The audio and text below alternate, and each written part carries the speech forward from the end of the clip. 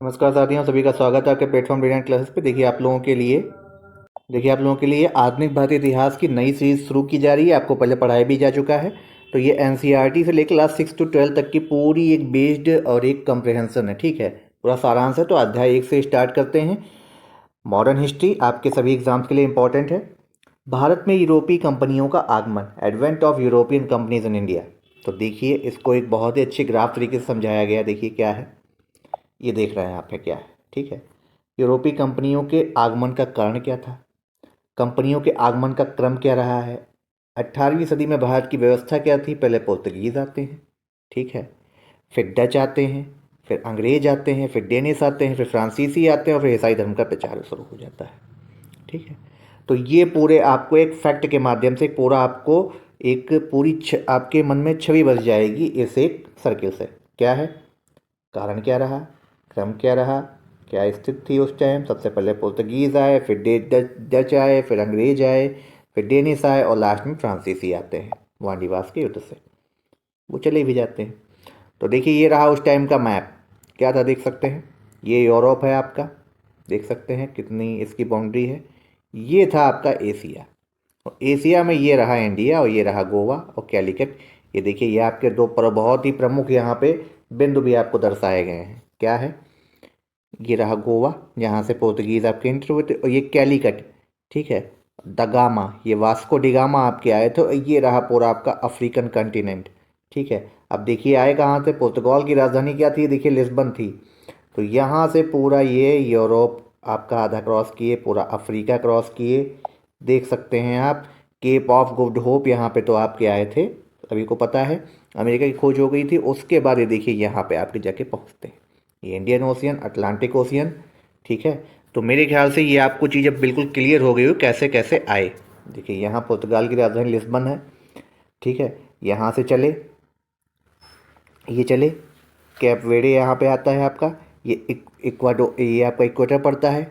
ठीक है, ये वास्को डिगामा देखिए 1497, 1498 और 1498 में ये आपका कैलिकट के पोर्ट गोवा, उसके बाद ये आपका इंडिया में ऐसे इंटर होते हैं। ठीक है, इंडियन ओशन इधर रहा। अब देखते हैं कारण और कैसे क्या क्या था। भारत में यूरोपीय कंपनियों के आगमन का सबसे पहले रीज़न आपको जानना पड़ेगा, क्योंकि जब भी आप मेंस लिखेंगे यहाँ पे क्वेश्चन आपको जरूर मिलेगा। जिनका भी मॉडर्न हिस्ट्री का मेंस है, जिन्होंने सब्जेक्ट ले रखा है, उनके लिए बहुत इंपॉर्टेंट है। देखिए क्या था, देखिए प्राचीन काल में भारत में व्यापारिक संबंध बहुत ज़्यादा थे यूरोप से। ठीक है, यूरोप से इनके जो हैं रिलेशन काफ़ी अच्छे थे, लेकिन समुद्री मार्ग पहले नहीं था। और जब नवीन समुद्री मार्ग इन्होंने खोज लिया तो बहुत सारे कारण बन गए। पहला कारण क्या था, मांस का संरक्षण और अन्य कार्यों हेतु यूरोप में दक्षिणी पूर्व एशिया के मसालों की भारी मांग। जब भी आप देखते होंगे मांस वगैरह को इतना मसाला लगा के ही बनाया जाता है, उनको वहाँ पे स्टोर भी किया जाता था। तो उसकी मांग इतनी ज़्यादा थी। ब्लैक पेपर आपने नाम सुना हो, काली मिर्च वगैरह से काफ़ी टेस्ट बढ़ जाता है, अभी भी वो चल रहा है। तो ये आप देख सकते हैं। अब देखिए, दूसरा था भारत की समृद्धि और दक्षिण पूर्व एशिया के संसाधनों की जानकारी लेना था। तीसरा, 1453 में उस्मानिया सल्तनत ने कुस्तुनतुनिया को जीत लिया था। तो परिणाम स्वरूप क्या होता है, एशियाई क्षेत्र के व्यापार पर अरब व्यापारियों का, जबकि यूरोपीय क्षेत्र के व्यापार पर वेनिस और जेनोवा के नवीन स्थापित एकाधिकार को तोड़ना था।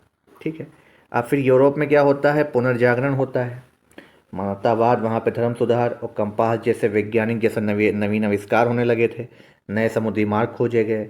ब्राज़ील की आपकी कैब्रल की खोज हुई, फिर अमेरिका की खोज हुई थी, कोलंबस ने की थी। फिर भारत की खोज पूरी कर ली थी उन्होंने, रास्ता वास्को डी गामा पुर्तगाल। ऑस्ट्रेलिया की कुक कर ली थी कुक ब्रिटेन ने। ठीक है, और न्यूजीलैंड तस्मानिया। ठीक है, तो ये आपके रीजंस आते हैं। देखिए, सामंती व्यवस्था की यहाँ पे पूंजी कच्चे माल की आवश्यकता और नवीन बाजारों की आवश्यकता, ये एक कारण हो गया था। ईसाई धर्म का प्रचार भी यहाँ पे काफ़ी था। तो ये आपके पूरे पूरे रीजन्स थे किस वजह से भारत अंग्रेज में, और ये सब यूरोपियंस बेसिकली आए। अब देख सकते हैं आप, सभी के पिक्स के द्वारा आपको दिखाया जा रहा है, ये देख सकते हैं। अब भारत आगमन के जल व स्थल मार्ग पहले आप समझ लीजिए। तो पहले तो बताते हैं कि आगमन का क्रम क्या रहता है। देखिए, सबसे पहले आते हैं पोर्तुगीज 1498 में, सबसे आखिरी में जाते हैं ऑपरेशन विजय 1961 में जो चलता है, सभी को पता होगा। फिर आपके आते हैं डच 1605। क्रम जरूर याद रखिएगा, RO से लेके UPPSC और इवन द UPSC भी अब आपके फैक्ट पे ऐसे ही डायरेक्ट क्वेश्चन पूछता है, ईयर जरूर याद रखिए। फिर अंग्रेज आते हैं 1608 में, फिर डेनिस आते हैं 1620 से, फिर फ्रांसीसी आते हैं 1668 में। ठीक है, अब इन्होंने स्थापना क्या क्या की, एस्तादो दी इंडिया पोर्तुगीज कंपनी आई। ब्रिटिश ईस्ट इंडिया कंपनी 1600 में आई। फिर आपकी वेंडगस्ट ओस्टे इंडसे company, Dutch East India company 1602। UPSC में आया हुआ क्वेश्चन, यूपीएससी ईपीएफओ में भी आया हुआ क्वेश्चन था। फिर आती है आपकी डेनिश ईस्ट इंडिया कंपनी 1616। उसके बाद आपकी आती है कंपनी देसे इंदेसे ओरिएंटलिस फ्रांसीसी कंपनी 1664। ये पूरा आपको मैप दिखा रहे हैं, ठीक है। ये आपका देखिए मैप रहा। तो देखिए सबसे पहले पोर्तुगीज़ यहीं पे तो आए थे कैलिकट, उन्होंने प्रथम केंद्र क्या बनाया, कोचीन केरल को बनाया 1503 में, एग्जैक्ट ईयर के साथ याद रखिएगा। दूसरा डच बनाते हैं आपका कि प्रथम केंद्र, सबके प्रथम केंद्र जरूर याद रखिएगा, मसूलीपट्टनम आंध्र प्रदेश 1605। तीसरा अंग्रेज जो बनाते हैं प्रथम केंद्र मसूलीपट्टनम 1611, यहीं पे देखिए दो बन गए, अब लड़ाई तो होनी थी। फिर आपका डेनिस का बनता है ट्रेमकोर 1503। फिर आपका सबसे लास्ट में फ्रांसीसी बनाते हैं सूरत में 1668 में।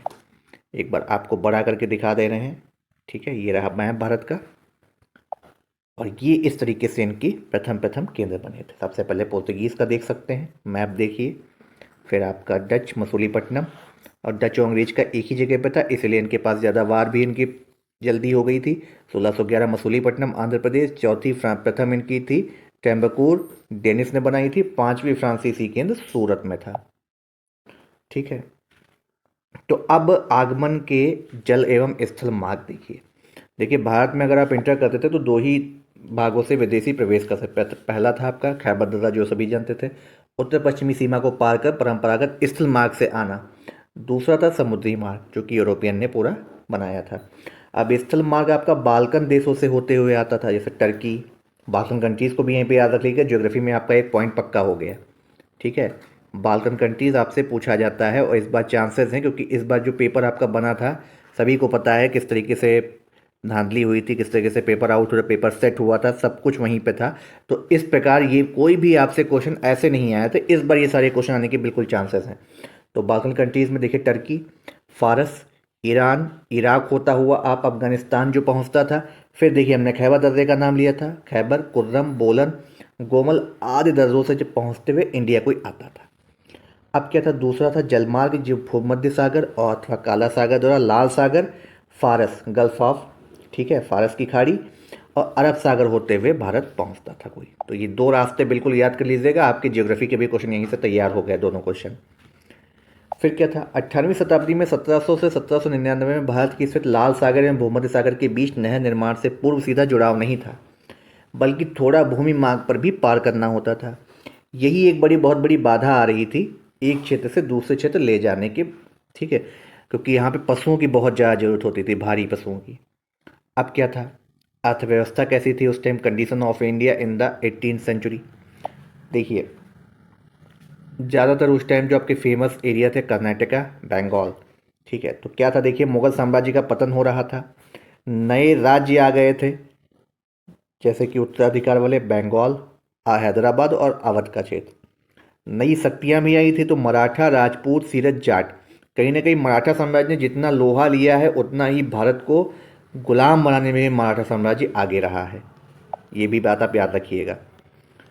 फिर आपका केंद्रीय शक्ति का अभाव भी यहाँ पे था, बिल्कुल था, क्योंकि नई नई शक्तियाँ होते वो जो। दूसरा आर्थिक परिस्थितियाँ वहाँ पे क्या थी, देखिए विश्व की सर्वाधिक समृद्ध अर्थव्यवस्था थी, फसलें चावल, गेहूँ, कपास, नील, अफीम भी होता था। विश्व का 25% औद्योगिक उत्पादन था, कपड़ा, जहाज निर्माण, जूट, शक्कर, तेल। 1700 में वैश्विक अर्थव्यवस्था में 24%, और योगदान 1947 में मात्र केवल 4.2% रह गया था, जाकर के देख सकते हैं आप क्या हालत हुई थी।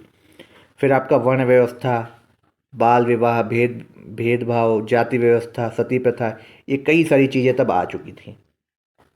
तो ये देखिए आपके आने के जो रास्ते थे, आपको फिर से दिखा देते हैं कैसे कोई आता। ये देखिए समरकंद वाला रास्ता आप देख रहे हैं, बेसिकली ये देखिए ये यूरोप, पोर्तुगीज़, ये पूरा पार करते हुए यहाँ पे आप पहुँचते थे, और ऐसे आने के लिए आपको ये स्थल मार्ग आपको पूरा कवर करना होता था।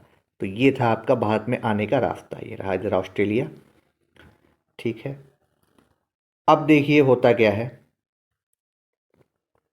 अब उस टाइम की शासन व्यवस्था क्या चली, जैसे राजा होते थे, फिर कुलीन वर्ग में आते थे मनसबदार, मंत्री, जागीरदार, मध्यम वर्ग व्यापारी, निम्न वर्ग के आपके किसान मजदूर लोग रहते थे, ठीक है।